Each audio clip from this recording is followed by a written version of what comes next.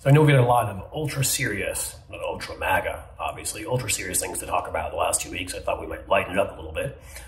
So we'll talk about Vladimir Putin. Actually, it's always hard to lighten things up with Vladimir Putin as his troops are killing people and bombing, or busy bombing shopping malls, you know, in Ukraine, because that's what you do when you want to win over world support and are fighting a legitimate war and are not a vicious, evil son of a bitch on par with Adolf Hitler. But what is it with these fascist men and like the fact that they think they're hot? I'm not sure what else to say. The most hilarious thing Putin said this week was, he said, oh, look, you should see the Western leaders with their shirts off like me. It would be, or if they're half naked, it would be an unpretty sight, you know, along those lines.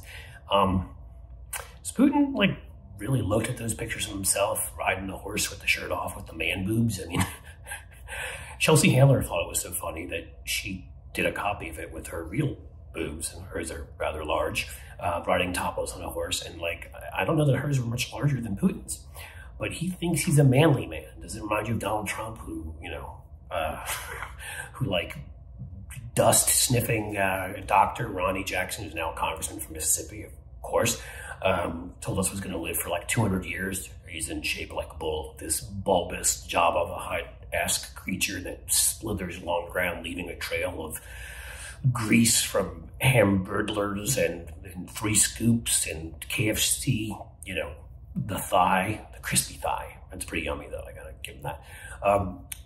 Putin and Trump and like, they you know, it's like Mussolini, if you remember those poses he would do, like he was all masculine.